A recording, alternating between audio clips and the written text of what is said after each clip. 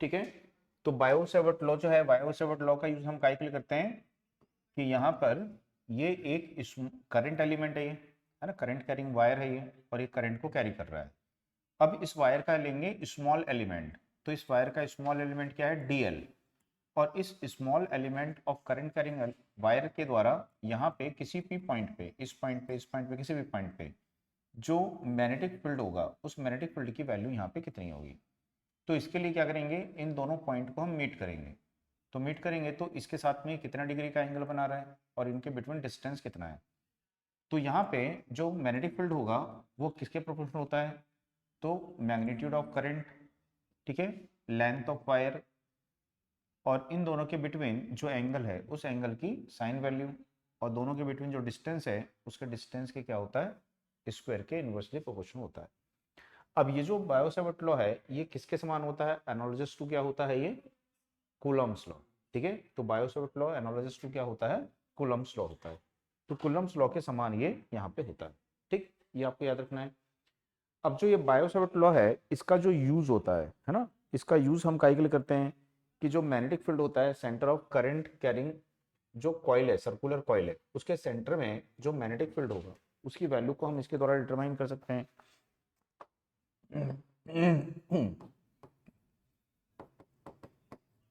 तो जैसे कि magnetic field at the centre of current carrying circular coil, तो कोई करंट कैरिंग सर्कुलर कॉइल है तो उसके सेंटर पे जो मैग्नेटिक फील्ड होगा उसकी वैल्यू कितनी होगी। तो जैसे देखेंगे कि ये इस प्रकार से एक सर्कुलर कॉइल है और ये यहाँ पे करंट कैरी कर रही है, इसका सेंटर है। ठीक, तो ये आई एम्पियर की करंट को यहाँ पे कैरी कर रही है, तो इसका एक स्मॉल एलिमेंट ये है यहाँ पे। ठीक है, तो ये क्या होगा, डीएल, और सॉरी डीएल, और इसके कारण इसके सेंटर पे जो मैग्नेटिक फील्ड होगा उसकी वैल्यू क्या होगी। ठीक है, तो magnetic field at the centre of current carrying coil, उसकी वैल्यू यहाँ पे कितनी होगी। तो जब इसको हम कैलकुलेट करते हैं तो इसकी वैल्यू आती है यहाँ पे mu nought into I upon 2 pi 2 R. तो यहाँ पे इतनी इसकी वैल्यू यहाँ पे आती है। तो यदि पूछता है मैग्नेटिक फील्ड कितना होगा तो उसकी वैल्यू को यहाँ पे निकाल सकते हैं। अब बी और एच में आपको रिलेशन पता है ना, बी इज इक्वल टू क्या होता है, म्यू इंटू एच होता है।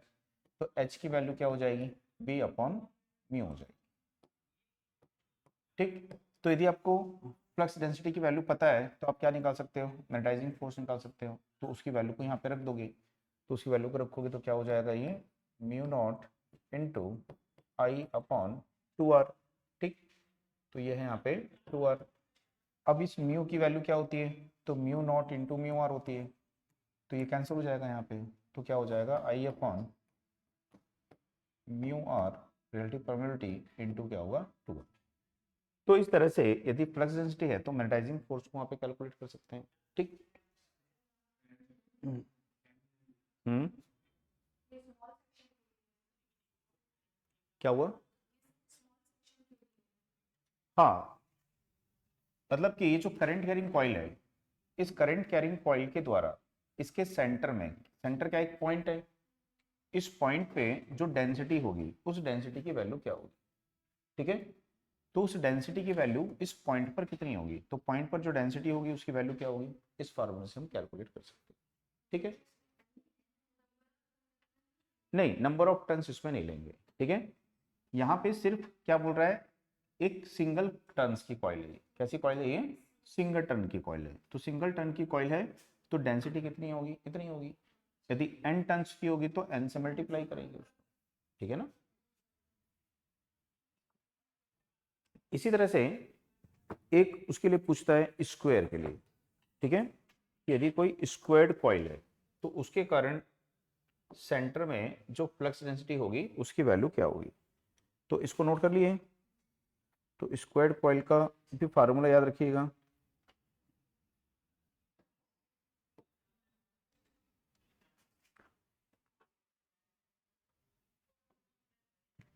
तो यहाँ पे मैग्नेटिक filled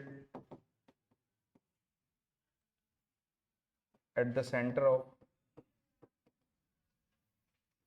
square coil।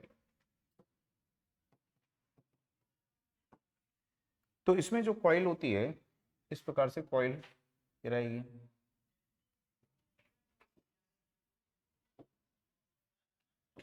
अब इस कॉइल में ये करंट है आई फ्लो हो रही है, ये इसका सेंटर है। अब इसका जो साइड्स होती है, स्क्वायर कॉइल है तो सभी साइड्स कैसी होंगी, इक्वल, और उन साइड्स को कितना लिया गया है 2a। ठीक है, तो कॉइल की साइड्स को 2a लिया गया, कॉइल की साइड्स को 2a लिया गया यहाँ पे। और इसके लिए जो मैग्नेटाइजिंग फोर्स होता है, ठीक है, तो इसके लिए जो मैग्नेटाइजिंग फोर्स होता है इसकी वैल्यू होती है √2I पाई ए। ठीक, तो इतना इसकी वैल्यू होती है मैग्नेटाइजिंग फोर्स की। अब मैग्नेटाइजिंग फोर्स पता है तो आप क्या निकाल सकते हो, डेंसिटी। तो डेंसिटी क्या होगी, म्यू टाइम्स ऑफ एच हो जाएगी, तो इसको म्यू से क्या करोगे, मल्टीप्लाई करोगे, तो ये हो जाएगा √2I म्यू अपॉन क्या होगा, पाई इंटू ए हो जाएगा। ठीक है, तो इतना weber per metre square, weber per metre square. तो ये ऑल साइड्स, जितनी साइड्स हैं इन सभी के द्वारा, है ना, वैसे सर्कुलर कॉइल में पूरे कॉइल के द्वारा, तो पूरी कॉइल के द्वारा जो सेंटर पे मैग्नेटिक फील्ड होगा उस मैग्नेटिक फील्ड की वैल्यू होती है। तो ये फार्मूला कभी आ सकता है ना, एसएससी वगैरह में ज़्यादा पूछता है इस तरह के क्वेश्चन, तो इसको याद रखिए इसके लिए, यदि मान लीजिए पूछ दिया तो।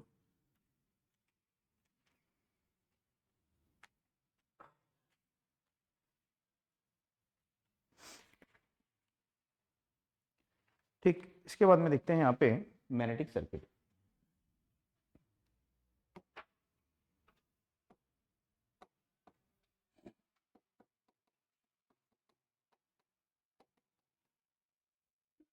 तो मैग्नेटिक सर्किट किसको बोलते हैं, तो जिसमें जो मैग्नेटिक फ्लक्स है, मैग्नेटिक फ्लक्स को फ्लो करने के लिए जो सर्किट बनाया गया है उस सर्किट को क्या बोलेंगे, मैग्नेटिक सर्किट। तो मैग्नेटिक फ्लक्स को फ्लो होने के लिए जो हम सर्किट बनाते हैं, जैसे कि इलेक्ट्रिक करंट को फ्लो होने के लिए हम कैसा सर्किट बनाते हैं, low resistance and high conductivity circuit होना चाहिए। वैसे ही मैग्नेटिक फ्लक्स को फ्लो होने के लिए यहाँ पे क्या होना चाहिए, हाई परमिएबिलिटी का यहाँ पे हम पाथ बनाते हैं।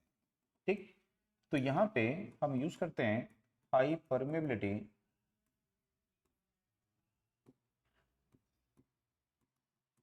आयरन को, तो इसका हम यूज करते हैं मैग्नेटिक फ्लक्स को फ्लो करने के लिए। तो इसके ऊपर हमने क्या किया, कॉइल को बाउंड किया और इसको हम क्या बोलेंगे, पोटेंशियल डिफरेंस अप्लाई करेंगे, इसमें करंट फ्लो होगी, तो यहाँ पे मैग्नेटिक फील्ड सेटअप होगा और वो इस कॉइल में यहाँ पे सर्कुलेट होगा। ठीक, तो इस तरह से जो मैग्नेटिक फील्ड है वो इस कॉइल में सर्कुलेट होगा, तो इसको क्या बोलेंगे हम, ये उसका क्या है, मैग्नेटिक सर्किट है। ठीक, अब यहाँ पे एक होता है MMF, magnetomotive force, magnetomotive force, और एक होता है रिलक्टेंस। तो पहले यहाँ पे एक काम करते हैं, चलो मैग्नेटोमोटिव फोर्स लिखते हैं, मैग्नेटोमोटिव फोर्स। मैग्नेटोमोटिव फोर्स को क्या बोलते हैं, एमएमएफ। तो मैग्नेटोमोटिव फोर्स का मतलब क्या होता है, तो जैसे कि कोई इलेक्ट्रिक सर्किट है ये, इस इलेक्ट्रिक सर्किट में इलेक्ट्रोमोटिव फोर्स होता है ये, तो इस ईएमएफ का मतलब क्या होता है कि यहाँ पे जो चार्ज फ्लो होते हैं उस चार्ज को फ्लो होने के लिए कितना एनर्जी ये प्रोवाइड कर रहा है। ठीक, उसको क्या बोलते हैं, इसकी ईएमएफ। तो वैसे ही एमएमएफ का मतलब होता है कि यहाँ पे क्या फ्लो हो रही है, मैग्नेटिक फ्लक्स।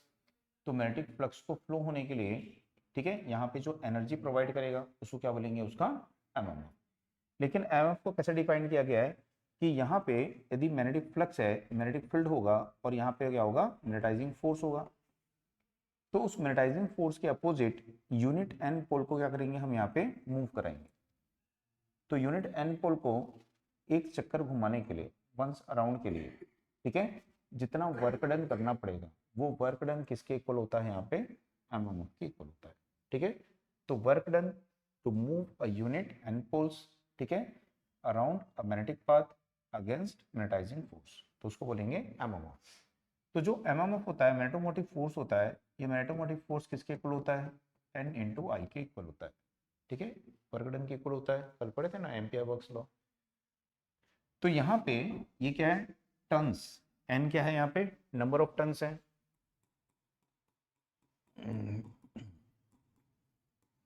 ऑफ कॉइल है, और आई क्या है उसकी सबको पता है, करंट आई है ना। तो इसको बोलेंगे एम्पियर, इसको बोलेंगे टन्स। तो इसकी जो यूनिट होती है एम्पियर टन। तो एमएफ की यूनिट एम्पियर टन शॉर्ट में लिखेंगे 80। और इसी के कारण क्या होता है, मैग्नेटिक फ्लक्स सेटअप होती है। तो magnetic flux directly proportional to क्या होती है, एन आई। ठीक, तो ठीक उसी तरह से जैसे इलेक्ट्रिक सर्किट में क्या फ्लो होती है, करंट, और इलेक्ट्रिक सर्किट में जो करंट होती है वो डायरेक्टली प्रोपोर्शनल टू क्या होती है, ईएमएफ होती है, वोल्टेज होती है। ठीक, तो वैसे ही यहाँ पे फ्लक्स डायरेक्टली प्रोपोर्शनल टू क्या होती है, एमएमएफ होती है। तो जब भी हमको फ्लक्स को इंक्रीज करना है तो इन दोनों में से किसी को या दोनों को इंक्रीज करेंगे, तो फ्लक्स की वैल्यू वहां पे इंक्रीज हो जाएगी। अब जैसे कि इलेक्ट्रिक सर्किट में क्या होता है, जो करंट के फ्लो का अपोज करता है उसको क्या बोलते हैं हम, सर्किट का रेजिस्टेंस। तो ठीक उसी तरह से जो मैग्नेटिक सर्किट होता है, इस मैग्नेटिक सर्किट में क्या फ्लो होती है, मैग्नेटिक फ्लक्स। तो मैग्नेटिक फ्लक्स के फ्लो का जो अपोज करता है उसको क्या बोलते हैं, सर्किट का रिलक्टेंस। तो यहाँ पे आता है रिलक्टेंस। तो रिलक्टेंस को एस से दर्शाते हैं, ठीक, एस से शो करेंगे इसको। तो रिलक्टेंस का मतलब समझ में आया गया है ना, ये रेजिस्टेंस ऑफ क्या है, मैग्नेटिक सर्किट है, जो कि मैग्नेटिक फ्लक्स के फ्लो का अपोज करता है। तो यहाँ पे जो रिलक्टेंस होता है इसका फार्मूला होता है सेम रेजिस्टेंस के समान। रेजिस्टेंस का फार्मूला क्या होता है, l by a. L by a लिखते हो, तो यहाँ भी क्या लिखोगे, एल बाई ए। वहां पे रो लिखते हो ऊपर, यहाँ पे लिखना है आपको mu nought into mu R. ठीक, तो दोनों फार्मूले सेम है, रेजिस्टेंस का इसका फार्मूला सेम है, बट अंतर कहाँ पे आता है, जो उसका कांस्टेंट है ना, उसको ऊपर लिखते हैं, यहाँ कांस्टेंट को नीचे लिखना है आपको। तो ये रिलक्टेंस का फार्मूला यहाँ पे हो जाएगा। तो रिलक्टेंस किस पर डिपेंड करता है, लेंथ ऑफ मैग्नेटिक सर्किट। तो ये जो मैग्नेटिक सर्किट है, इस मैग्नेटिक सर्किट की जो मीन लेंथ है उस मीन लेंथ को ले लेंगे यहाँ पे। क्रॉस सेक्शन एरिया, इसका क्रॉस सेक्शन एरिया ले लेंगे यहाँ पे। ठीक, और ये जो मैग्नेटिक सर्किट बनाया हूँ किस मटेरियल का है, उस मटेरियल की परमिएबिलिटी क्या है। तो यदि मटेरियल की परमिएबिलिटी हाई होती है तो रिलक्टेंस की वैल्यू क्या होती है, लो। तो परमिएबिलिटी हाई होने पर रिलक्टेंस की वैल्यू लो, परमेबिलिटी लो होने पर रिलक्टेंस की वैल्यू हाई। तो जैसे एयर है, एयर की परमेबिलिटी क्या होती है, लो, तो उसका रिलक्टेंस क्या होता है, हाई। आयरन की परमेबिलिटी क्या होती है, हाई, तो उसका रिलक्टेंस क्या होता है, लो। तो इसलिए हम बोलते हैं यहाँ पे कि जो कोर है ये high permeability and low reluctance की कोर होती है। ठीक, अब यहाँ पे इसकी यूनिट्स आपको याद रखनी है कि इसकी यूनिट्स यहाँ पे क्या होती है। तो इसकी जो यूनिट होती है रिलक्टेंस की, वो होती है एम्पियर टर्न पर वेबर, और होती है इनवर्स हेनरी। ठीक, तो एम्पियर टर्न पर वेबर और इनवर्स हेनरी इसकी यहाँ पे ये यूनिट्स रहेगी। ठीक, तो रिलक्टेंस जो है इसको हम कैसे कैलकुलेट करेंगे, तो जैसे हम रेजिस्टेंस को कैलकुलेट करते हैं, तो रेजिस्टेंस को आप कैसे कैलकुलेट करते हो, इधर ले लेते हो। तो रेजिस्टेंस को आप कैसे कैलकुलेट करते हो, आप क्या लिखते हो, ईएमएफ अपॉन क्या लिखते हो, करंट। तो वैसे ही यहाँ पर जो रिलक्टेंस है उसको कैसे कैलकुलेट करोगे, ठीक है। तो जो रिलक्टेंस है उसको कैलकुलेट कैसे करोगे, एमएमएफ लिखोगे, एमएमएफ अपॉन क्या लिखोगे, फ्लक्स लिखोगे। ठीक, तो रिलक्टेंस की जो वैल्यू है वो क्या है यहाँ पे, एल अपॉन ए म्यू नॉट इंटू क्या है, म्यू वन। तो यदि किसी भी सर्किट में हमको फ्लक्स को निकालना है तो फ्लक्स की वैल्यू क्या हो जाएगी, तो एन आई अपॉन क्या हो जाएगा, एल। ठीक है, एन आई अपॉन क्या हो जाएगा, एल, और ए म्यू नॉट इंटू क्या होगा, म्यू। तो इससे आप क्या निकाल सकते हो, किसी भी सर्किट में फ्लक्स की वैल्यू को निकाल सकते हो। ठीक, तो कैलकुलेशन के लिए जरूरत पड़ती है, न्यूमेरिकल्स आएगा तो, है ना, न्यूमेरिकल्स के लिए आपको फार्मूले पूरे पता हैं, फार्मूले लिखे हुए हैं आपकी कॉपी में, वो फार्मूले आपको याद रखने हैं सारे। ठीक, रिलक्टेंस का फार्मूला बताया, सेम कैसा याद रखना है, रेजिस्टेंस के समान होता है। ठीक, एमएफ का फार्मूला आपको पता है। ठीक, तो यहाँ पे इलेक्ट्रिकल सर्किट और मैग्नेटिक सर्किट, इन दोनों को क्या करते हैं, हम कंपेयर करते हैं। तो दोनों का कंपैरिजन करेंगे, तो वो आपको कंपैरिजन, इसको याद रखना है, इसमें से बहुत क्वेश्चन आते हैं, है ना। तो यहाँ पे ये इलेक्ट्रिक सर्किट है और यहाँ पर ये मैग्नेटिक सर्किट। तो जो इलेक्ट्रिक सर्किट होता है, इलेक्ट्रिक सर्किट में होता है यहाँ पे करंट, जिसको आई से शो करते हो, यहाँ पे होती है फ्लक्स, जिसको हम फाई से शो करते हैं। यहाँ पे होता है रेजिस्टेंस, या कर लेते हैं ईएमएफ, ठीक, जिसको हम ई से डिनोट करते हैं। और यहाँ पे होती है एमएमएफ, ठीक है, जिसको हम एन आई यहाँ पे बोलते हैं। दूसरा यहाँ पे देखेंगे कि इसमें यदि हमको रिलक्टेंस होता है, रेजिस्टेंस, तो उस रेजिस्टेंस को हम किससे डिनोट करते हैं, आर से। और यहाँ पे क्या होता है, रिलक्टेंस, और उस रिलक्टेंस को हम किससे शो करते हैं, यहाँ पे S। अब यदि हमको यहाँ पे करंट को कैलकुलेट करना होता है तो हम क्या लिखते हैं, ईएमएफ अपॉन रेजिस्टेंस। तो ठीक उसी तरह से यदि आपको यहाँ पे फ्लक्स को कैलकुलेट करना है तो क्या लिखोगे, एमएमएफ अपॉन रिलक्टेंस।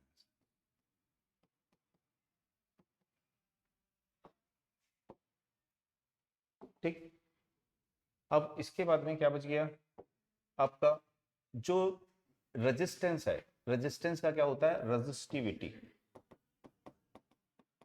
वैसे ही रिलक्टेंस का क्या होता है, रिलक्टिविटी। जैसे रेजिस्टेंस का रेसिप्रोकल क्या होता है, कंडक्टेंस होता है, वैसे ही यहाँ पे रिलक्टेंस का रेसिप्रोकल होता है परमियंस।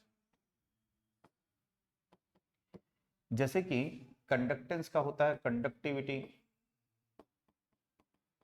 वैसे ही परमियंस का होता है परमियबिलिटी। जैसे यहाँ पे लिखते हो कि जो कंडक्टेंस होता है वो रेसिप्रोकल ऑफ क्या होता है, रेजिस्टेंस होता है, तो वैसे ही यहाँ पे जो परमियंस होता है वो रेसिप्रोकल ऑफ रिलक्टेंस होता है। ये बहुत बार आता है एग्जाम में, ठीक है, ये वाला बहुत बार आता है, याद रखिएगा। जैसे यहाँ पे होती है कंडक्टिविटी, रेसिप्रोकल ऑफ क्या होती है, ये रेजिस्टिविटी होती है, तो वैसे ही यहाँ पे होती है परमियाबिलिटी, जो कि रेसिप्रोकल ऑफ क्या होती है, रिलक्टिविटी होती है। तो ये पूरे रिलेशंस जो हैं ये आपको यहाँ पे ध्यान में रखने हैं, भूल भी जाओगे तो ये याद है, उससे कंपेयर करके आप आसानी से उसको निकाल सकते हो, ठीक। अब उसके बाद में इनकी जो यूनिट होती है, फ्लक्स की यूनिट क्या होती है, वेबर। इसकी यूनिट क्या होती है, एम्पियर टन्स। इसकी अभी बताया, वेबर पर एम्पियर टन्स या फिर इनवर्स हेनरी होती है, ठीक। फ्लक्स से तो पता ही है। अब जो यहाँ पे रिलेक्टिविटी है, रिलेक्टिविटी की यूनिट क्या हो जाएगी, ठीक है, और परमियंस की यूनिट क्या हो जाएगी। तो परमियंस जो है किसका अपोजिट है, परमियंस किसका अपोजिट है, रिलक्टेंस का। तो रिलक्टेंस की यूनिट को क्या कर दोगे, उल्टा कर दोगे, तो परमियंस की हो जाएगी एम्पियर टन पर वेपर हो जाएगी, या फिर क्या हो जाएगी, हेनरी हो जाएगी, ठीक है।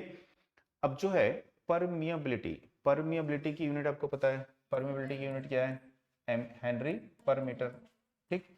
तो परमियबिलिटी की यूनिट पता है, तो परमियबिलिटी और रिलेक्टिविटी क्या है, रेसिप्रोकल है, तो ये क्या हो जाएगा यहाँ पे, मीटर पर हेनरी हो जाएगा। तो इस तरह से इनकी यूनिट्स भी आपको याद रखना है, कई बार यूनिट्स भी पूछ लेता है ना, तो याद रहेगा, ठीक, कैसे याद रखना है।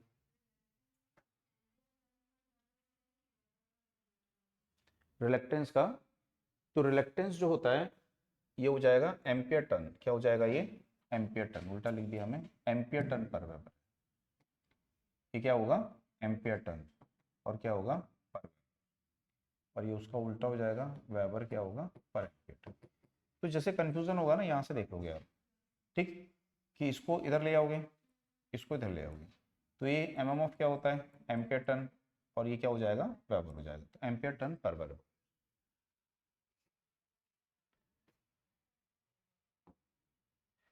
तो ये मैग्नेटिक सर्किट में आपको याद रखना है। उसके बाद में मैंने बताया था आपको लीकेज कोएफिशिएंट, लीकेज कोएफिशिएंट, तो लीकेज कोएफिशिएंट आपको याद रखना है, लीकेज फ्लक्स,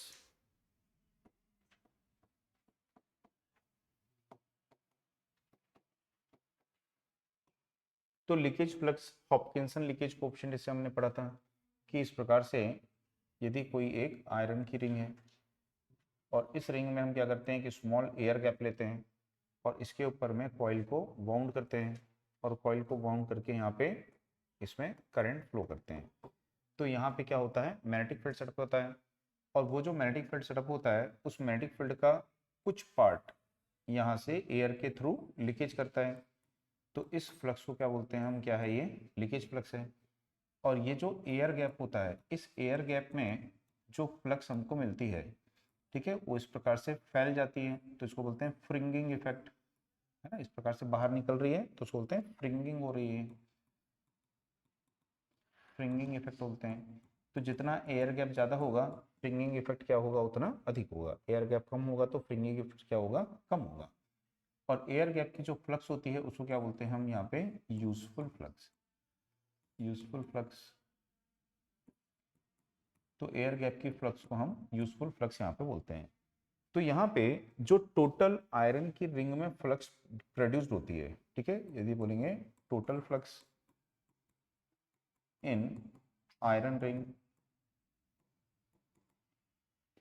तो आयरन की रिंग में जो टोटल फ्लक्स यहाँ पे प्रोड्यूस्ड हो रही है वो टोटल फ्लक्स यूजफुल फ्लक्स नहीं होती है। इसका स्मॉल पार्ट क्या होता है, यहाँ पे लीकेज हो जाता है, तो इसके कारण यूजफुल फ्लक्स की वैल्यू क्या होगी, डिक्रीज हो जाएगी। तो यहाँ पे जो यूजफुल फ्लक्स होती है ना, एयर गैप की फ्लक्स को क्या बोलते हैं, यूजफुल फ्लक्स। बताया था आपको क्यों बोलते हैं, क्योंकि इसी फ्लक्स का यूज हम करते हैं, है ना। तो यूजफुल फ्लक्स क्या होगी, total flux produced in iron ring और माइनस क्या होगा, लीकेज फ्लक्स। ठीक, टोटल फ्लक्स जो प्रोड्यूस्ड होगी उसमें से लीकेज फ्लक्स को माइनस कर दोगे तो क्या मिलेगी आपको, यूजफुल फ्लक्स मिलेगी। तो यहाँ पे यदि फ्लक्स लीकेज ज़्यादा करती है तो यूजफुल फ्लक्स की वैल्यू क्या हो जाती है हमारी, कम हो जाती है। तो इससे क्या होता है, मशीन का जो साइज है वो इंक्रीज हो जाएगा, मशीन की जो कॉस्ट है वो इंक्रीज हो जाएगी, ठीक है। दूसरा यहाँ पे मशीन की जो एफिशिएंसी है उसमें कोई इफेक्ट नहीं होता है, तो इसको याद रखना है ना। ये पूछेगा कि फ्लक्स लीकेज होने से मशीन की एफिशिएंसी में क्या इफेक्ट होता है, तो मशीन की एफिशिएंसी में कोई इफेक्ट वहाँ पे नहीं होता है। उसका साइज, उसकी कॉस्ट इंक्रीज होती है वहाँ पे, है ना, एफिशिएंसी में कोई चेंज नहीं होगा। तो समझ में आइए। तो यहाँ पे इसलिए लीकेज फ्लक्स की वैल्यू क्या होनी चाहिए, मिनिमम होनी चाहिए, कम से कम होनी चाहिए। तो वेल डिजाइंड इलेक्ट्रिकल मशीन में भी फ्लक्स क्या करती है, लीकेज करती है। फ्लक्स के लीकेज करने का क्या कारण होता है, because air is not a good insulator of magnetic flux, ठीक है। तो एयर जो है वो एक अच्छा इंसुलेटर नहीं है मैग्नेटिक फ्लक्स का, इसीलिए फ्लक्स क्या करती है, लीकेज करती है, ठीक है। तो ये भी आपको याद रखना है। तो यहाँ पे जो हॉपकिंसन लीकेज कोएफिशिएंट था, हॉपकिंसंस लीकेज कोएफिशिएंट, ये क्या बताता है आपको, तो हॉपकिंसन लीकेज कोएफिशिएंट बताता है कि total flux upon useful flux का रेशियो क्या है, ठीक। तो टोटल फ्लक्स हमारी क्या है, जो आयरन की रिंग में जनरेट होगी, और यूजफुल फ्लक्स क्या है, यूजफुल फ्लक्स क्या है, जो आपको एयर गैप में मिल रही है। कौन सी फ्लक्स ज़्यादा होगी, जनरेट हो रही है, यूजफुल कम होगी, तो इसका रेशियो क्या आएगा, ग्रेटर देन 1। तो इसका रेशियो आइडियली क्या होता है, 1, लेकिन यदि ग्रेटर देन 1 है इसका मतलब है फ्लक्स क्या कर रही है, लीकेज कर रही है। तो वेल डिजाइंड इलेक्ट्रिकल मशीन में इसकी वैल्यू कितनी होती है, 1.15 से 1.25 इसकी वैल्यू, ठीक है। ये आपको यहाँ पे याद रखना है, ठीक।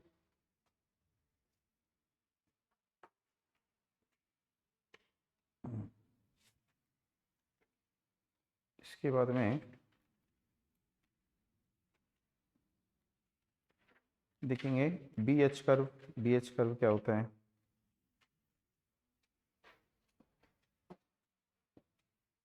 तो मैग्नेटिक हिस्ट्रेसिस,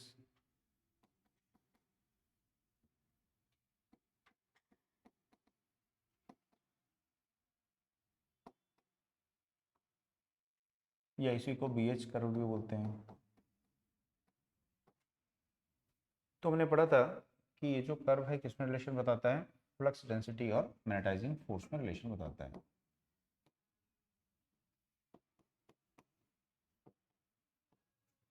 तो जैसे कि ये एक आयरन की रिंग है और इस आयरन की रिंग पर क्या करते हैं हम, इस प्रकार से कॉइल को बाउंड कर देते। आयरन है, आयरन की कोर है और उस पर इस प्रकार की कॉइल को बाउंड कर देते हैं और इस प्रकार से एक अरेंजमेंट लेते हैं। यहाँ पे प्लस माइनस ईएमएफ सोर्स है और ये एक वेरिएबल रेजिस्टेंस है। ठीक, अब ये जो आयरन की कोर है तो क्या बन गया, ये सोलेनॉइड बन गया। और सोलेनॉइड का जो मैग्नेटाइजिंग फोर्स कल पढ़े थे क्या होता है, NI/L होता है। ठीक, तो इसमें इसकी लेंथ को हम चेंज नहीं करेंगे, लेंथ कांस्टेंट रहेगी, नंबर ऑफ टर्न्स कांस्टेंट रहेंगे, सिर्फ किसको चेंज करेंगे, करंट को। तो करंट को चेंज करेंगे, बाकी कांस्टेंट है, तो magnetising force directly proportional to क्या होगा, करंट।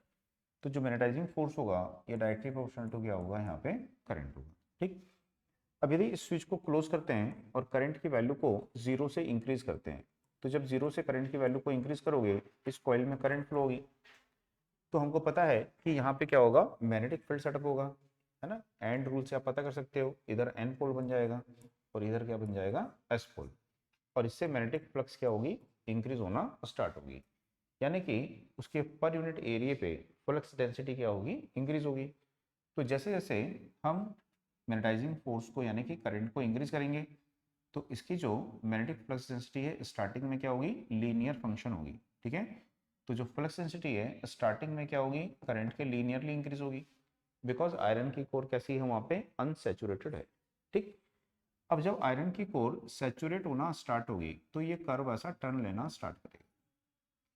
ठीक, और हम देखेंगे कि एक पर्टिकुलर पॉइंट पे हमने इसको इतनी मैग्नेटाइजिंग फोर्स दिया, यानी इतनी करंट दी, और इसकी जो फ्लक्स डेंसिटी है वो क्या हो गई, मैक्सिमम हो गई। तो कोर क्या हो गई, यहाँ पे सेचुरेट हो गई, तो ये इसकी मैक्सिमम फ्लक्स डेंसिटी है। अब मैग्नेटाइजिंग फोर्स को क्या करेंगे, हम डिक्रीज करेंगे। तो मैग्नेटाइजिंग फोर्स डिक्रीज करने पे इसकी फ्लक्स डेंसिटी भी डिक्रीज होती है, बट वो जीरो नहीं हुई। तो फ्लक्स डेंसिटी डिक्रीज हुई, जीरो नहीं हुई। तो अब जो इसमें प्रेजेंट फ्लक्स डेंसिटी है ये O से लेके R तक, इसको क्या बोलेंगे, इसका रेसिजुअल मैग्नेटिज्म। तो ये है इसका रेसिजुअल मैग्नेटिज्म। अब जो रेसिजुअल मैग्नेटिज्म होता है ये क्या होता है, मेजर ऑफ रिटेंटिविटी। किसकी मेजर होती है ये, रिटेंटिविटी।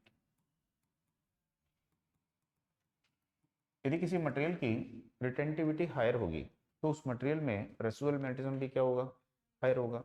ठीक, अब यदि इसको हमने देखा कि हमने मैग्नेटाइजिंग फोर्स क्या कर दिया है, जीरो, हमने करंट क्या कर दी है, जीरो, फिर भी उस मटेरियल में इतनी फ्लक्स डेंसिटी हमेशा के लिए मौजूद रह गई, जिसको हम क्या बोल रहे हैं, उसका रेसिजुअल मैग्नेटिज्म, है ना। और वो क्या बताता है हमको, मटेरियल की रिटेंटिविटी को बताता है। तो जिस मटेरियल की रिटेंटिविटी ज्यादा होगी उसमें रेसिजुअल मैग्नेटिज्म ज्यादा होगा। तो इसी को क्या बोलते हैं, मैग्नेटिक हिस्टैरिसीस। मैग्नेटिक हिस्टैरिसीस का मतलब होता है लैगिंग ऑफ मैग्नेटाइजेशन, मैग्नेटाइजेशन का पीछे रह जाना, lagging of magnetisation behind magnetising force. ठीक है, तो मैग्नेटाइजिंग फोर्स रिमूव कर लिए तब भी मैग्नेटिक फ्लक्स डेंसिटी का उसमें प्रेजेंट रह जाना, छूट जाना, उसको क्या बोलते हैं, मैग्नेटिक हिस्टैरिसीस बोलते हैं। ठीक, तो यदि हमको इस रेसिडुअल मैग्नेटिज्म को टोटल एलिमिनेट करना है, पूर्ण रूप से समाप्त करना है, तो क्या करना पड़ेगा हमको, रिवर्स मैग्नेटाइजिंग फोर्स देना पड़ेगा, यानी कि इसकी पोलैरिटी को रिवर्स करना पड़ेगा। तो जो पॉजिटिव है नेगेटिव, जो नेगेटिव है वो पॉजिटिव। तो अब इसमें करंट क्या करेगी, रिवर्स डायरेक्शन फ्लो होगी। तो हम क्या दे रहे हैं, इसको रिवर्स मैग्नेटाइजिंग फोर्स दे रहे हैं। तो जब इसको हम रिवर्स मैग्नेटाइजिंग फोर्स देंगे तो क्या करेगी, करंट रिवर्स डायरेक्शन फ्लो होगी, तो पहले इसका जो रेसिडुअल मैग्नेटिज्म है इसको धीरे धीरे कम करेगी। तो जब हम रिवर्स मैग्नेटाइजिंग फोर्स देंगे तो इसका रेसिडुअल मैग्नेटिज्म क्या होगा, ऐसा डिक्रीज होते होते होते जीरो होगा। तो इतनी रिवर्स मैग्नेटाइजिंग करंट दी हमने, रिवर्स मैग्नेटाइजिंग फोर्स दिया, तो इसका जो पहले वाला फ्लक्स डेंसिटी था जो N और S बनाया था वो क्या हो गया, यहाँ पे जीरो हो गया। तो ये कोर क्या बन गई, एक नॉर्मल आयरन की कोर हो गई, जैसी आपने शुरू में ली थी पहले। ठीक, अब यदि इसको हमको इसी डायरेक्शन में सेम करंट को क्या करते हैं हम और इंक्रीज करते हैं, तो अब करंट का डायरेक्शन क्या हो जाएगा, यहाँ पे ऐसा रिवर्स हो गया है। ठीक, तो पहले उसने क्या किया, पहले वाले मैग्नेटिज्म को समाप्त किया। अब यदि करंट और इंक्रीज करते हो तो क्या करेगा, ये इसको रिवर्स डायरेक्शन में मैग्नेटाइज करेगा, पोलैरिटी क्या हो जाएगी, रिवर्स हो जाएगी। तो यहाँ पे देखेंगे हमने इसके रेसिडुअल मैग्नेटिज्म को समाप्त करने के लिए रिवर्स मैग्नेटाइजिंग फोर्स अप्लाई किया।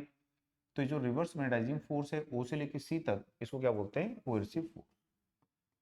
बोलते हैं कोएर्सिव फोर्स। और कोएर्सिव फोर्स जो होता है मेजर ऑफ कोएर्सिविटी होता है। तो यदि किसी मटेरियल की कोएर्सिविटी ज़्यादा है तो इसका मतलब है कि उसके रेसिडुअल मैग्नेटिज्म को वाइप ऑफ करने के लिए, समाप्त करने के लिए आपको क्या करना पड़ेगा, ज़्यादा अमाउंट में रिवर्स मैग्नेटाइजिंग फोर्स अप्लाई करना पड़ेगा। ठीक, तो अब इसी करंट को, इसी मैग्नेटाइजिंग फोर्स को जब हम आगे एक्सटेंड करते हैं तो अब ये क्या होती है, रिवर्स डायरेक्शन में से मैग्नेटाइज होती है और फिर से उसकी जो फ्लक्स डेंसिटी है वो क्या हो जाती है यहाँ पे मैक्सिमम, यानी कोर क्या होती है, सैचुरेट हो जाती है। फिर से करंट को जीरो करेंगे, मैग्नेटाइजिंग फोर्स को जीरो करेंगे तो फिर से इसमें क्या होगा, इतना रेसिडुअल मैग्नेटिज्म होगा। यदि इसको चेंज करना है तो फिर से पोलैरिटी रिवर्स करनी पड़ेगी और रिवर्स करके फिर से हम देखेंगे इतना हमने करंट दिया तो मैग्नेटाइजिंग फोर्स फ्लक्सिटी क्या हो गई, उसकी जीरो हो गई। आगे एक्सटेंड करेंगे तो फिर से क्या होगा, ये मैग्नेटाइज हो जाएगा। तो इस प्रकार से जो लूप मिलेगा इसको क्या बोलेंगे हम, हिस्टैरिसीस लूप। तो यहाँ पे जिस मटेरियल की रिटेंटिविटी और कोएर्सिविटी हाई होती है तो उस मटेरियल के हिस्टैरिसीस लूप का एरिया क्या होता है, उस मटेरियल में हिस्टैरिसीस लॉस भी क्या होता है, ज़्यादा होता है। तो हिस्टैरिसीस लूप का एरिया भी ज़्यादा होगा, हिस्टैरिसीस लॉस भी ज़्यादा होगा। तो ऐसे मटेरियल को मैग्नेटाइज और डीमैग्नेटाइज करना क्या होता है, डिफिकल्ट। तो ऐसे मटेरियल का यूज़ हम काय के लिए करते हैं, परमानेंट मैग्नेट बनाने के लिए। तो जो परमानेंट मैग्नेट हो उसको बनाने के लिए इसका यूज़ करते हैं। तो जैसे कि एल्निको है, एल्यूमिनियम, निकेल और कोबाल्ट का एलॉयज, ठीक है, या बोलेगा हार्ड स्टील बोलेगा क्योंकि ये हार्ड फेरोमैग्नेटिक मटेरियल है। तो हार्ड स्टील या हार्ड फेरोमैग्नेटिक मटेरियल यानी कि एल्निको का यूज़ करते हैं परमानेंट मैग्नेट बनाने के लिए। ठीक, लेकिन हमारी जो इलेक्ट्रिकल मशीन है, इलेक्ट्रिकल मशीनों में ऐसा नहीं होना चाहिए, है ना, उसमें हिस्टैरिसीस लॉस क्या होना चाहिए, कम होना चाहिए। तो उसके लिए हम किसका यूज़ करते हैं, सॉफ्ट फेरोमैग्नेटिक मटेरियल का यूज़ करते हैं। ठीक, क्योंकि सॉफ्ट फेरोमैग्नेटिक मटेरियल के हिस्टैरिसीस लूप का एरिया कम होगा, ठीक है, उसमें कोएर्सिव फोर्स कम होगा, तो उसमें आपका जो लॉस है वो कम होता है। तो हिस्टैरिसीस लॉस जो है, हिस्टैरिसीस लूप जो है, ये हमको क्या बताता है, तो इसका जो एरिया है, एरिया ऑफ हिस्टैरिसीस लूप क्या बताता है, तो एरिया, जो एरिया है, एरिया ऑफ हिस्टैरिसीस लूप क्या बताता है हमको, तो बताता है एनर्जी लॉस पर साइकिल। ठीक है, तो ये बताता है हमको एनर्जी लॉस पर साइकिल कि यदि हम एक साइकिल देंगे, जैसे कि है ना, जो मैग्नेटिक हिस्टैरिसीस होता है, ये मैग्नेटिक हिस्टैरिसीस डीसी सप्लाई में नहीं होता है, ये किस सप्लाई में होता है, एसी सप्लाई में होता है। लेकिन हम तो यहाँ डीसी दे रहे थे तो हमने पोलैरिटी रिवर्स की, तो पोलैरिटी रिवर्स जिसमें होती है उसको क्या बोलते हैं, एसी बोलते हैं। ठीक है, तो यहाँ पे ये जो हिस्टैरिसीस होता है ये केवल एसी सप्लाई में होता है। तो जो हमारी अल्टरनेटिंग वोल्टेज है ना, अल्टरनेटिंग होनी चाहिए, भले ही साइनोसोडल हो, स्क्वायर हो, ट्रायंगुलर हो, रेक्टेंगुलर हो, कुछ भी हो, अल्टरनेटिंग होनी चाहिए। तो अल्टरनेटिंग है तो यहाँ पे करंट क्या है, जीरो। करंट का मैग्नीट्यूड जीरो से इंक्रीज होते होते कहाँ तक आएगा, मैक्सिमम तक। तो करंट क्या है यहाँ पे, जीरो। करंट का मैग्नीट्यूड इंक्रीज होते होते कहाँ तक आएगा, मैक्सिमम तक। तो इसकी फ्लक्स डेंसिटी क्या हो जाएगी, मैक्सिमम। फिर करंट क्या हो जाएगी, मैक्सिमम से जीरो। तो जब करंट मैक्सिमम से जीरो होगी तो फ्लक्स डेंसिटी क्या हो जाएगी इसकी, रेसिडुअल। ठीक, उसके बाद में इसका डायरेक्शन क्या होगा, रिवर्स। तो जब डायरेक्शन रिवर्स होगा तो हम देखते हैं कि जो रिवर्स डायरेक्शन में करंट आ रही है वो करंट क्या करेगी, इतनी करंट जिसको मैग्नेटिक फील्ड प्रोड्यूस करना था वो पुराने वाले मैग्नेटिक फील्ड को क्या कर रही है, समाप्त कर रही है। तो ये इतनी इतनी जो पावर है, इतनी जो एनर्जी है वो मैग्नेटिक फील्ड प्रोड्यूस नहीं करती है, वो क्या करती है, मैग्नेटिक फील्ड को एलिमिनेट करती है। उसके बाद में, उसके बाद में ये क्या करेगा, मैग्नेटिक फील्ड को प्रोड्यूस करेगा यहाँ पे। यहाँ पे क्या हो जाएगा, मैक्सिमम। मैक्सिमम के बाद फिर क्या होगा, जीरो। जीरो होगा, जीरो होगा तो वापस आ जाएगा। फिर अगेन साइकिल आएगी, तो अगेन जो साइकिल आएगी उसका इतना पार्ट कहाँ जाएगा, इस रेजोनेंट मैग्नेटिज्म को वाइप ऑफ करने में जाएगा। तो हम देखेंगे कि इस हाफ साइकिल में, ठीक है, इतनी एनर्जी लॉस हो रही है, तो एक साइकिल में हमारी इतनी एनर्जी लॉस होगी यहाँ पे। तो ये क्या बताता है, एनर्जी लॉस पर साइकिल को ये बताता है। ठीक है, तो ये आपको यहाँ पे ध्यान में रखना है कि मैग्नेटिक हिस्टैरिसीस दो ही कंडीशन में होता है। दो कंडीशन कौन सी हैं, या तो आपने आयरन की कोर को कहाँ रखा है, अल्टरनेटिंग मैग्नेटिक फील्ड में रखा है, या फिर आयरन की कोर को आप मैग्नेटिक फील्ड में क्या कर रहे हो, रोटेट कर रहे हो। ये फिक्स्ड मैग्नेट है, ये परमानेंट मैग्नेट है, और इसके बिटवीन आयरन की कोर को क्या कर रहे हो, रोटेट कर रहे हो। तो रोटेट करोगे तो इसकी जो पोलैरिटी है पोल की, वो बार बार क्या होगी, चेंज होगी। तो चेंज होगी तो इसके जो मॉलिक्यूल्स अरेंज होंगे, वो मॉलिक्यूल्स का डायरेक्शन क्या होगा, चेंज। तो इनमें क्या होगा, मॉलिक्यूलर फ्रिक्शन होगा, और उस मॉलिक्यूलर फ्रिक्शन के कारण क्या होगा, हीट प्रोड्यूस होगी। तो हिस्टेसिस लॉस जो होता है, हिस्टेसिस लॉस का फिजिकल फिनोमिना क्या होता है, यहाँ पे हीट प्रोड्यूस होने का क्या होता है, ड्यू टू मॉलिक्यूलर फ्रिक्शन।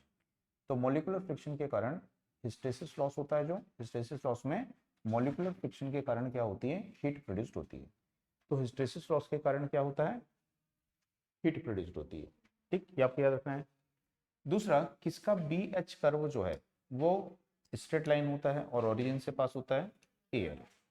तो यदि हम इसमें से इस आयरन की कोर को निकाल देंगे, ठीक है, तो यदि इसमें से हम इस आयरन की कोर को ऐसा पकड़ के निकाल देंगे, यहाँ पे तो ऐसे पकड़ के निकाल देते हैं आयरन की कोर को।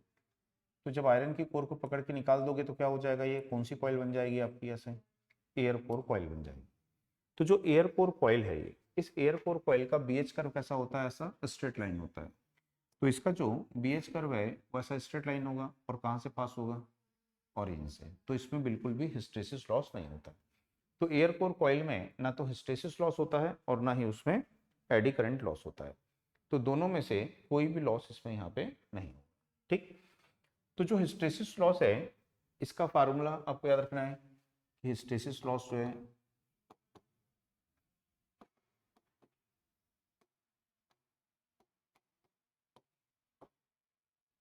तो हिस्टेरिसिस लॉस को क्या लिखते हो, ईटा मैक्सिमम फ्लक्स डेंसिटी की power 1.6 frequency volume of core material.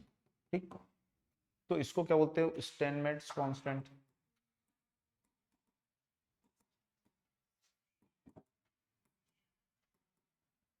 स्टैनमेट्स constant या कोप है ना, हिस्टेरिसिस लॉस कोएफिशिएंट भी इसको बोलते हैं, या फिर हिस्टेरिसिस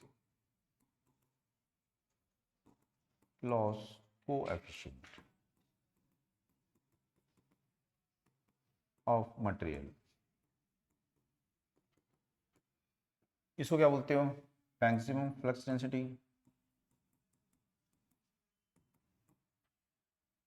ऐसा यूनिट क्या है इसकी, टेस्ला। ये क्या है, फ्रीक्वेंसी। तो यदि एसी सप्लाई है तो फ्रीक्वेंसी लेंगे, और यदि आयरन की कोर को हम रोटेट कर रहे हैं मैग्नेटिक फील्ड में तो क्या बोलेंगे, frequency of magnetic reversal. Frequency of magnetic reversal. ठीक, और वी जो है यह है वॉल्यूम ऑफ कोर मटेरियल।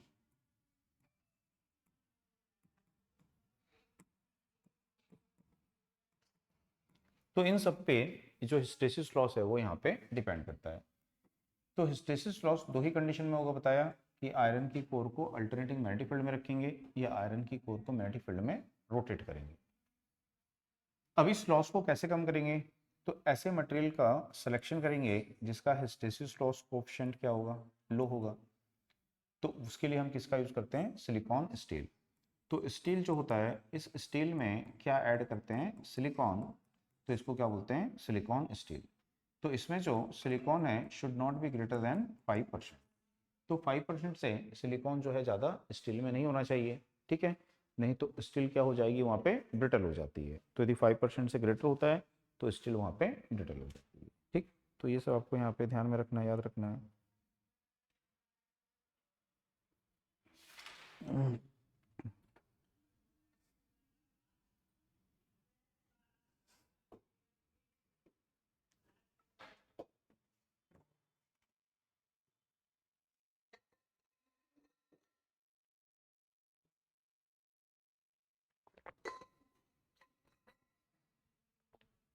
अब दूसरा, मैंने इसमें आपको मैग्नेटिक मटेरियल बताए थे और उसकी परमेबिलिटी बताई थी, है ना। तो वो आपको यहाँ पे याद रखना है कि जो मैग्नेटिक मटेरियल है और उनकी परमेबिलिटी। तो जो मैग्नेटिक मटेरियल है इसमें एक होता है पैरामैग्नेटिक मटेरियल। तो पैरामैग्नेटिक मटेरियल जो होता है इसकी परमेबिलिटी क्या होती है, स्लाइटली ग्रेटर देन 1 होती है। तो इसकी जो रिलेटिव परमेबिलिटी होती है वो स्लाइटली ग्रेटर देन 1 होती है।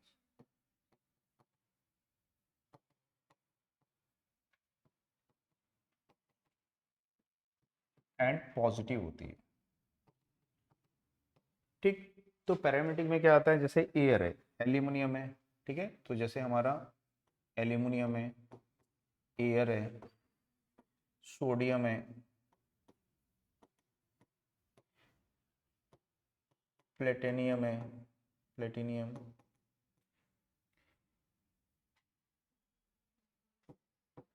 इसके अलावा मैंगनीज है, ठीक, ऑक्सीजन है, टीन है। तो ये सब जो है पैरामैग्नेटिक मटेरियल है। तो ऐसे पूछ देगा एयर कौन सा मटेरियल है, ऑक्सीजन कौन सा मटेरियल है, ठीक है, तो इन सबको आप थोड़ा सा अच्छे से यहाँ पे ध्यान में रखना है। उसके बाद में दूसरा मैंने बताया था डायामैग्नेटिक होता है।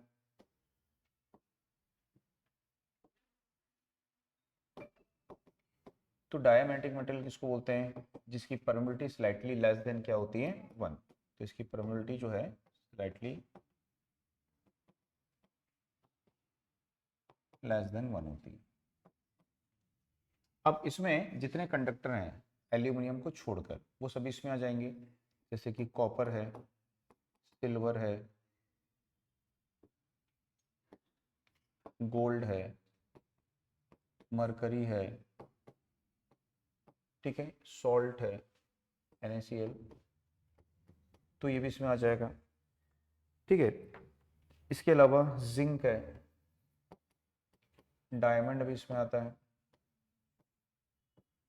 वाटर, वाटर याद रखिए, वाटर इसमें आता है, nitrogen gas, hydrogen gas, nitrogen gas, hydrogen gas, would, तो ये सब इसमें आ जाते हैं। और इसके बाद में मैंने बताया था फेरोमैग्नेटिक,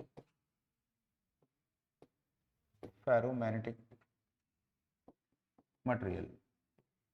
तो फेरोमैग्नेटिक मटेरियल जो होता है ना, इसमें परमिटिविटी याद रखना है एकदम, किसकी लेस होती है, किसकी ग्रेटर होती है, ठीक। तो किसकी ग्रेटर होती है, पैरा की ग्रेटर होती है, और डायमंड की क्या होती है, डायामैग्नेटिक क्या होती है, लेस होती है। फेरो की जो होती है ये क्या होती है, इसकी रिलेटिव परमिटिविटी क्या होती है, इन थाउजेंड्स, वेरी लार्ज होती है, इन थाउजेंड्स होती है, हजारों में होती है इसकी परमिटिविटी। तो ये क्या होता है यहाँ पे, जैसे कि आपका आयरन है, आयरन, निकल, कोबाल्ट,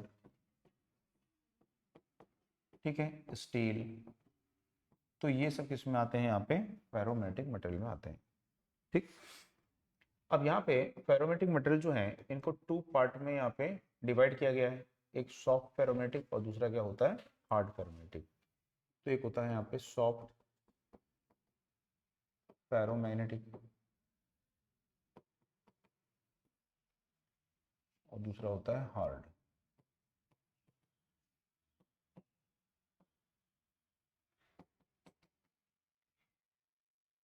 तो यहाँ पे जो सॉफ्ट फेरोमैग्नेटिक मटेरियल होता है इसकी रिलेटिव परमिटिविटी क्या होती है, वेरी हाई, थाउजेंड्स में है। इसकी जो कोएर्सिविटी होती है ये होती है यहाँ पे लो। इसकी जो परमिएबिलिटी हो गया, कोर्सिविटी हो गया, हिस्ट्रेसिस, इसमें जो हिस्ट्रेसिस होगा वो कैसा होगा, स्मॉल होगा। इसको क्या होगा, easy to magnetise and demagnetise.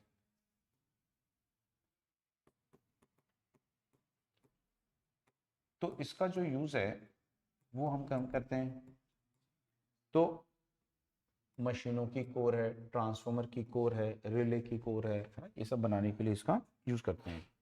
तो कौन होता है इसमें, तो इसमें होता है iron and it's alloy with, ठीक है, निकल, कोबाल्ट, टंगस्टन, एल्यूमिनियम।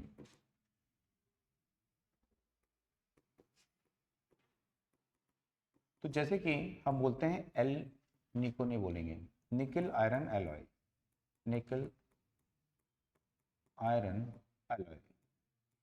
तो निकल आयरन एलॉय को ही क्या बोलते हैं, परम एलॉय। इसकी जो परमेबिलिटी होती है वो कितनी होती है, 50,000 होती है।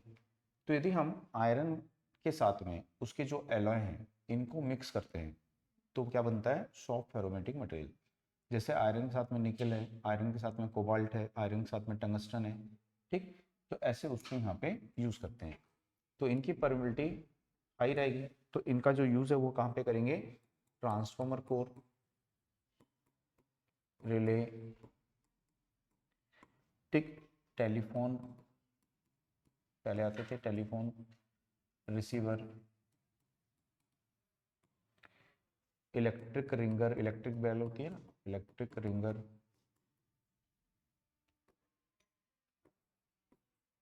तो इन सब में इसका यूज़ यहाँ पे करते हैं। तो जो हायर फेरोमेटिक मटेरियल होते हैं इनकी रिलेटिव परमिटिविटी क्या होती है, वेरी हाई, इनकी भी हाई होती है, थाउजेंड्स में ही होती है। इनकी जो कोएर्सिविटी होती है वो कैसी होती है, लार्ज। इनकी जो हिस्ट्रेसिस होता है वो कैसा होता है, लार्ज।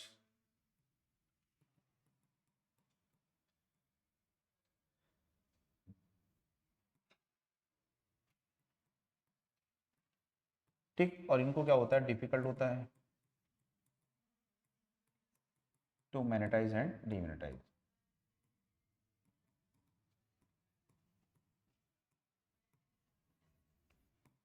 तो इनको डिफिकल्ट होता है, तो इसका यूज हम कहाँ पे करते हैं, परमानेंट बनाने के लिए। तो कौन होता है, कोबाल्ट और उसके अलॉयज होते हैं, ठीक है।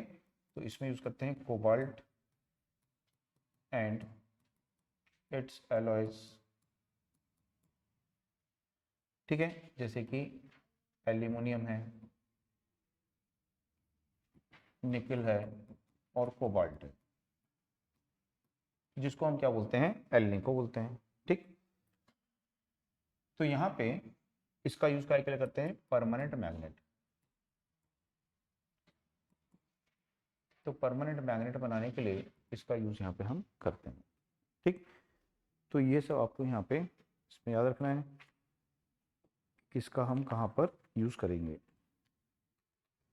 किसकी परमिएबिलिटी कितनी होती है।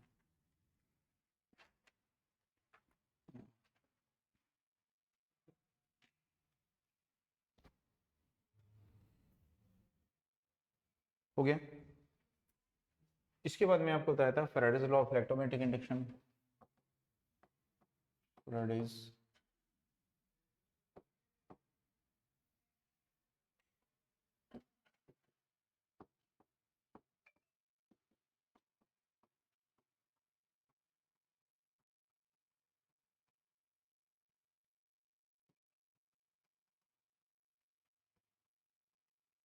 तो यहाँ पे देखेंगे Faraday's law of electromagnetic induction. तो Faraday's law of electromagnetic induction में हमने क्या पढ़ा था कि यदि कोई कंडक्टर है, ये कॉइल है, उससे लिंक्ड फ्लक्स में क्या होता है, चेंज होता है। तो वहाँ पे क्या होती है, ईएमएफ इंड्यूस्ड होती है। और जो इंड्यूस्ड ईएमएफ होती है वो डायरेक्टली प्रोपोर्शनल टू क्या होती है, rate of change of flux linkages, rate of change of flux linkages. इसके क्या होती है, ये डायरेक्टली प्रोपोर्शनल होती है, ठीक। तो हमने पढ़ा था कि यहाँ पे जो पहले टर्म्स यहाँ पे एन है और फ्लक्स कितनी लिंक कर रही है, तो ये फ्लक्स लिंकेजेस है। सेकंड में सेम टर्न है, फ्लक्स लिंक कर रही है, ये फ्लक्स लिंकेजेस है। तो यहाँ पे इसमें चेंज अपॉन क्या आ जाएगा, टाइम।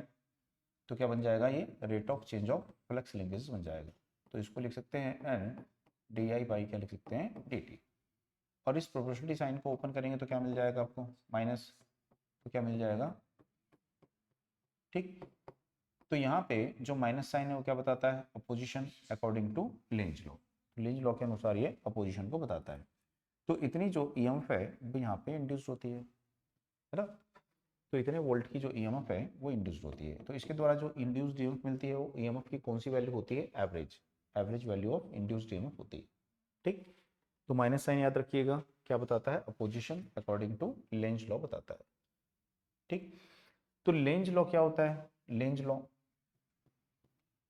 अच्छा इसमें मैंने क्वेश्चन कराए थे उसको याद रखिएगा। यदि बोलता है फ्लक्स रिवर्स हो जाती है, तो फ्लक्स यदि पहले फाइव वन है, मतलब पहले बोला 10 फ्लक्स कितनी है, फाइव वन कितनी है, 10 वेबर है मान लो। और फ्लक्स क्या होती है, रिवर्स हो जाती है। रिवर्स हो जाएगी तो क्या हो जाएगा वो, माइनस 10 वेबर हो जाएगी।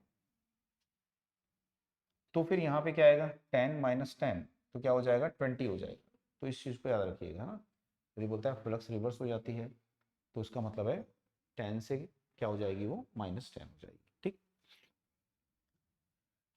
दूसरा यहाँ पे कि लेंज लॉ जो है, लेंज लॉ क्या बताता है, लेंज लॉ क्या बताता है, तो ये बताता है कि किसी कॉइल, जैसे कोई कॉइल है, एक अमीटर या गैल्वोमीटर है यहाँ पे, ठीक, ये एक मैग्नेट है। तो यदि इस मैग्नेट से देखेंगे कि इसमें क्या लिंक्ड है, फ्लक्स, तो इसमें क्या इंड्यूस्ड हो रहा होगा, ईएमएफ अभी नहीं हो रहा होगा। ठीक है, क्योंकि फ्लक्स क्या है, फिक्स्ड है, फ्लक्स में कोई चेंज नहीं हो रहा है। यदि हम इसको आगे या पीछे मूव करेंगे तब इसमें ईएमएफ इंड्यूस्ड होगी, फ्लक्स चेंज होने के कारण। तो बोलता है कि यदि इसको आप आगे की तरफ लेके जाओगे, ठीक, तो इसमें ईएमएफ इंड्यूस्ड होगी, इसमें करंट सर्कुलेट होगी। उस करंट का डायरेक्शन इस प्रकार होगा कि उसके द्वारा सेटअप मैग्नेटिक फील्ड अपने इंड्यूस होने के कॉज का अपोज करेगा। ठीक है, उसके इंड्यूस होने का कॉज क्या है, इसका पास जाना। तो करंट इस प्रकार से फ्लो होगी जिससे वो यहाँ पे एक एन पोल बना देगी और ये एन पोल इसको रिपेल करेगा, इसको पास आने से रोकेगा।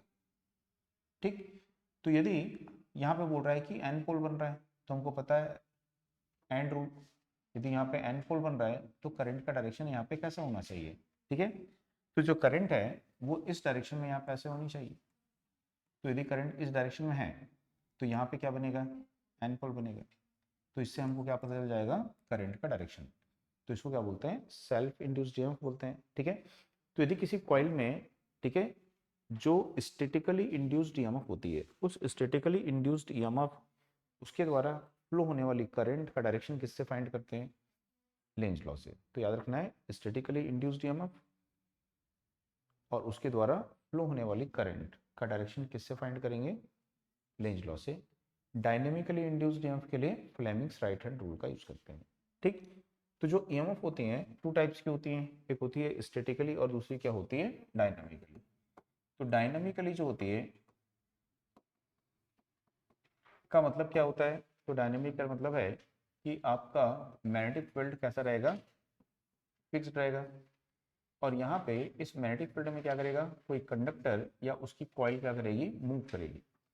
तो कोई कंडक्टर या कॉइल को यदि हम मैग्नेटिक फील्ड में रोटेट करते हैं तो कंडक्टर के रोटेशन के कारण उसमें क्या होता है, फ्लक्स चेंज होती है और उसमें ईएमएफ इंड्यूस्ड होती है, तो उसको क्या बोलते हैं, डायनेमिकली। और डायनेमिकली इंड्यूस्ड ईएमएफ की वैल्यू क्या होती है, तो B L V sine theta, इतनी यहाँ पे होती है।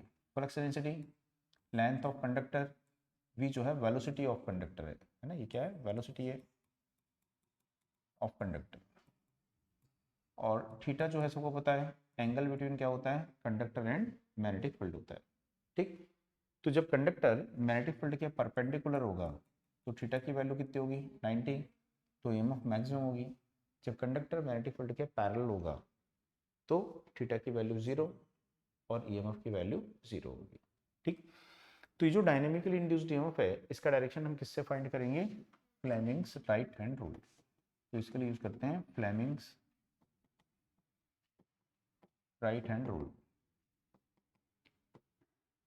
तो जो फ्लेमिंग राइट हैंड रूल होता है इसमें सेम जो कल लेफ्ट हैंड में पढ़े थे ना, वैसे ही राइट हैंड है कि राइट हैंड लेना है तो फर्स्ट फिंगर क्या शो करेगी, डायरेक्शन ऑफ फील्ड।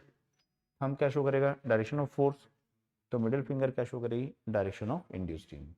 यदि कंडक्टर को ऐसे ऊपर ले जाएंगे तो इंड्यूस्ड ईएमएफ का डायरेक्शन आउटसाइड, यदि कंडक्टर को डाउनवर्ड लाएंगे तो इंड्यूस्ड ईएमएफ का डायरेक्शन क्या होगा, इनटू द प्लेन हो जाएगा। ठीक, तो यहाँ पे सेम आपको याद रखना है कि जो फर्स्ट फिंगर है ये आपको बताती है डायरेक्शन ऑफ मैग्नेटिक फील्ड, दोनों में सेम है। सिर्फ डिफरेंस क्या होता है, क्या अप्लाई कर रहे हो, क्या मिल रहा है। तो यहाँ पे हम फोर्स देते हैं तो यहाँ पे जो थंब है ये बताता है डायरेक्शन ऑफ फोर्स।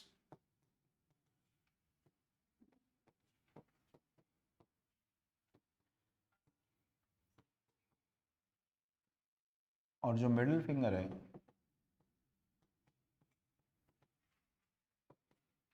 ये दो अप्लाई करोगे, ये बताएगी direction of current.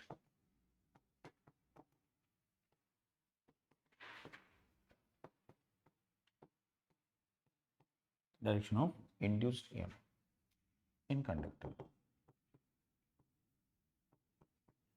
Left hand में क्या करते हैं, लेफ्ट हैंड में ये दो अप्लाई करते हैं, ये मिलता है, और यहाँ पे ये दो अप्लाई करते हैं, ये मिलता है। ठीक है, डिफरेंस बस रहता है। तो लेफ्ट हैंड का यूज करते हैं फोर्स का डायरेक्शन फाइंड करने के लिए, और इसका यूज करते हैं ईएमएफ का डायरेक्शन फाइंड करने के लिए। बस इतना याद रखना है। दूसरा बताया था कि स्टैटिकली इंड्यूस्ड ईएमएफ कब होती है, जब कंडक्टर स्टेशनरी होता है और मैग्नेटिक फील्ड उस पर वेरी होता है, तो स्टैटिकली होती है। Statically induced EMF two type की होती है, एक होती है सेल्फ और दूसरी होती है म्यूचुअल। तो जो सेल्फ इंड्यूस्ड ईएमएफ होती है, तो सेल्फ इंड्यूस्ड ईएमएफ कब होती है कि जैसे ये कॉइल है,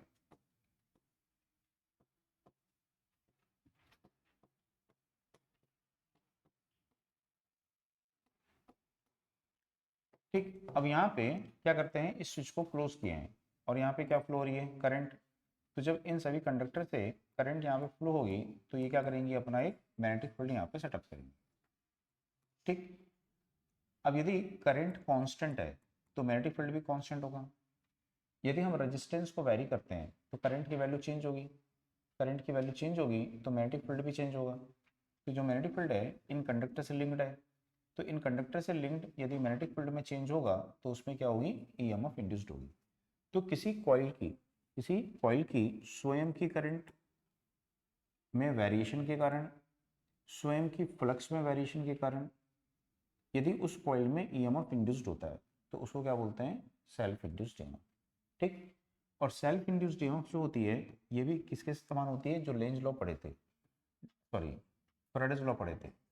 self induced EMF directly proportional to क्या होगी, and D phi by D T.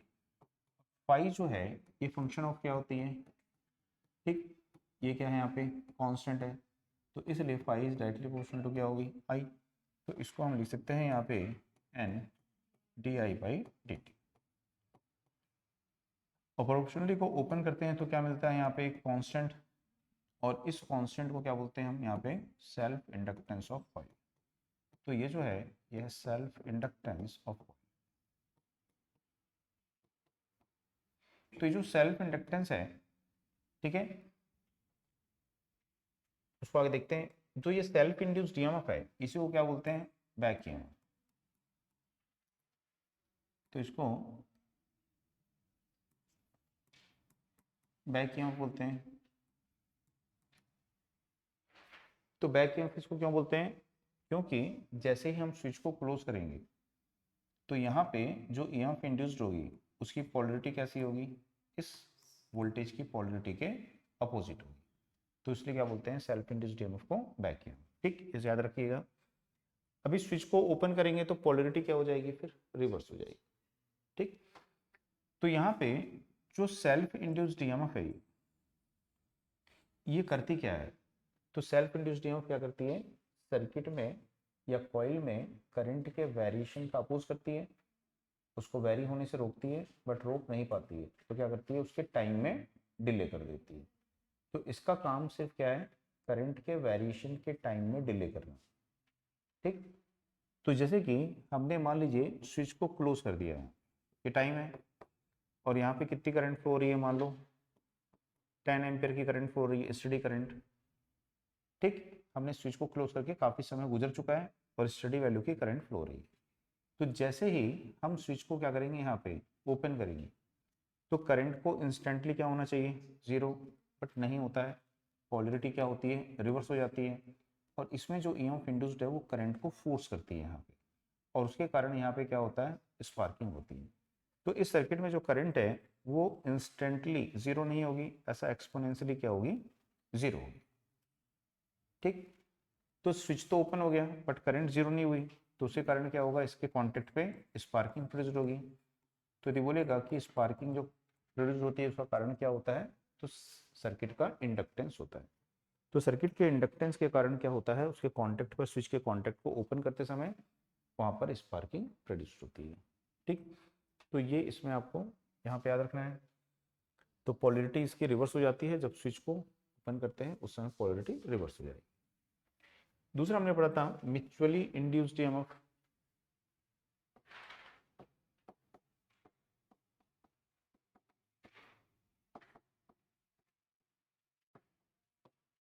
तो म्यूचुअली इंड्यूस्ड ईएमएफ जो होती है ये कब होती है, जब दो कॉइल यहाँ पे होंगे। तो एक कॉइल ये होनी चाहिए यहाँ पे, ये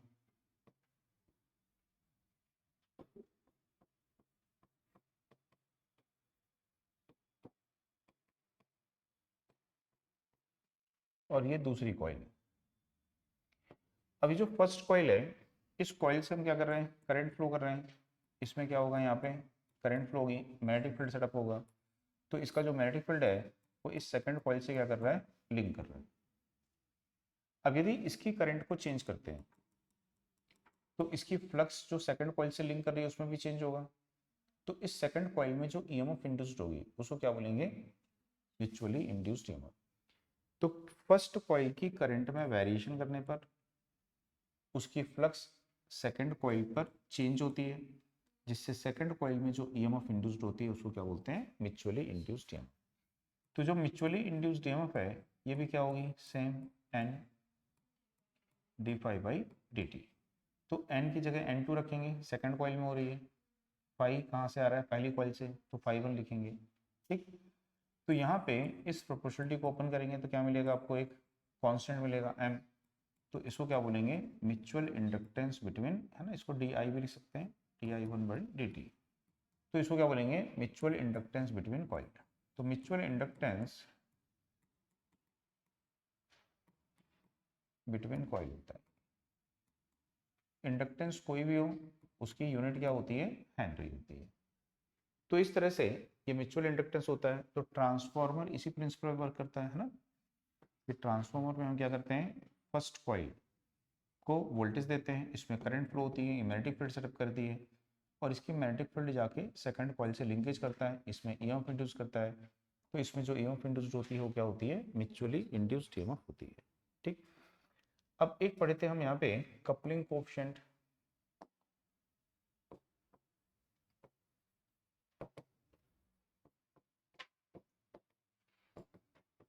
तो कपलिंग कोएफिशिएंट जो है ये क्या बताता है कि जो दोनों कॉइल कपल्ड हैं, इन दोनों कॉइल के बिटवीन जो मैग्नेटिक कपलिंग है वो कितनी स्ट्रॉन्ग है। तो कपलिंग कोएफिशिएंट को किससे शो करते हैं, के से। तो ये क्या बताता है कि दोनों जो कॉइल कैसे कपल्ड हैं एक दूसरे से, मैग्नेटिकली, फ्लक्स के माध्यम से कपल्ड हैं। तो इन दोनों के बिटवीन जो मैग्नेटिक कपलिंग है वो कितनी स्ट्रॉन्ग है। यदि इसकी एंटायर फ्लक्स, होल फ्लक्स इस दूसरी कॉइल से जाके लिंक करती है तो हम क्या बोलेंगे, इससे 100% फ्लक्स लिंक कर रही है। तो इन दोनों के बिटवीन कितनी कपलिंग है, 100% है, या बोलेंगे कपलिंग कोएफिशिएंट की वैल्यू कितनी है, 1। लेकिन यदि इसकी केवल हाफ फ्लक्स इससे जाकर लिंक करती है तो इनके बिटवीन कपलिंग कितनी है, 50%, या कोएफिशिएंट की वैल्यू क्या बोलेंगे, 0.5। तो इस कपलिंग कोएफिशिएंट को कैसे कैलकुलेट करेंगे, तो इसके लिए फार्मूला है m/√L1 × L2। ठीक, तो कपलिंग कोएफिशिएंट की कोई यूनिट नहीं होती है, m क्या हो गया, म्यूचुअल इंडक्टेंस बिटवीन कॉइल। तो इन कॉइल के between mutual inductance, L1 L2 क्या हो गया, दोनों कॉइल के सेल्फ इंडक्टेंस का स्क्वायर रूट। ठीक, तो इससे हम इसकी वैल्यू को निकाल सकते हैं, या कपलिंग कोएफिशिएंट पता है तो किसकी वैल्यू को निकाल सकते हो, म्यूचुअल इंडक्टेंस की वैल्यू को निकाल सकते हैं। इस k की जो आइडल वैल्यू है वो क्या हो सकती है, 1 हो सकती है। तो यदि हम यहाँ 1 रख देंगे, ठीक, तो म्यूचुअल इंडक्टेंस किसके इक्वल हो जाएगा, इन दोनों के प्रोडक्ट के। और यदि आइडल नहीं है तो ये लेस देन 1 होगा, तो म्यूचुअल इंडक्टेंस की वैल्यू क्या होगी, इन दोनों से लेस हो जाएगी। यानी कि म्यूचुअल इंडक्टेंस जो है लेस और इक्वल टू क्या हो सकता है, √L1 × L2, उससे ज़्यादा नहीं हो सकता। तो म्यूचुअल इंडक्टेंस जो है इन दोनों के प्रोडक्ट के स्क्वायर रूट से ज़्यादा कभी भी नहीं हो सकता। ठीक, दूसरा यहाँ पे देखिए थे कोएफिशिएंट ऑफ सेल्फ इंडक्टेंस।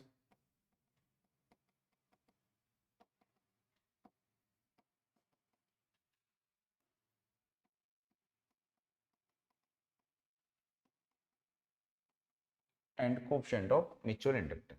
तो कोएफिशिएंट ऑफ सेल्फ इंडक्टेंस पहले यहाँ पे देखते हैं। तो सेल्फ इंडक्टेंस की वैल्यू को हम कैसे कैलकुलेट कर सकते हैं, तो ई एल अपॉन क्या हो जाएगा, di/dt। कि यहाँ पे कोई एक कॉइल है, यहाँ पे इस कॉइल से 1 एम्पियर पर सेकेंड, इस कॉइल से 1 एम्पियर पर सेकेंड के रेट से करंट चेंज करना है। इससे इस कॉइल में क्या होगा, 1 वोल्ट की ईएमएफ इंड्यूस हो जाएगी। तो इस कॉइल का जो सेल्फ इंडक्टेंस होगा वो कितना हो जाएगा, यहाँ पे 1 हेनरी हो जाएगा। दूसरा पढ़ते हैं कि L इज इक्वल टू क्या होता है, N∅I, flux linkages per unit current इसको बोलते हैं। कि यदि कोई कॉइल है, इससे करंट को फ्लो कर रहा है 1 एम्पियर, चेंज नहीं करना है, फ्लो करना है, ठीक है, और इससे जो फ्लक्स लिंकेजेस करना चाहिए वो 1 वेबर टर्न का करना चाहिए। तो 1 वेबर टर्न का यदि फ्लक्स लिंकेजेस कर रहा है, कब कर रहा है ये, जब 1 एम्पियर की कॉइल 1 एम्पियर की करंट को फ्लो कर रहे हैं, तो इसका इंडक्टेंस क्या होगा, 1 हेनरी हो जाएगा। तीसरा पढ़ते हैं यहाँ पे कि होता है N²/रिलक्टेंस। तो यदि हमको मैग्नेटिक सर्किट के रिलक्टेंस की वैल्यू पता है, मैग्नेटिक सर्किट की आपको क्या पता है, रिलक्टेंस की वैल्यू पता है, नंबर ऑफ टर्न्स पता है, तो इस फार्मूले से आप इंडक्टेंस की वैल्यू को कैलकुलेट कर सकते हो। ठीक, तो यदि बोलता है टर्न्स को डबल कर देंगे तो इंडक्टेंस क्या हो जाएगा,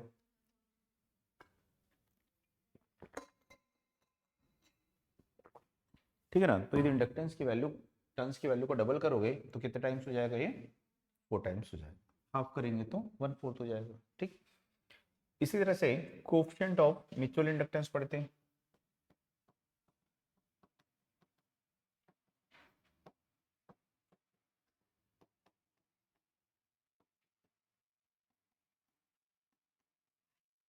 तो कोएफिशिएंट ऑफ म्यूचुअल इंडक्टेंस में हमने देखा था यहाँ पे 2 कॉइल्स होनी चाहिए, तो म्यूचुअल इंड्यूस्ड ईएमएफ और di1 अपॉन क्या लिखेंगे, dt।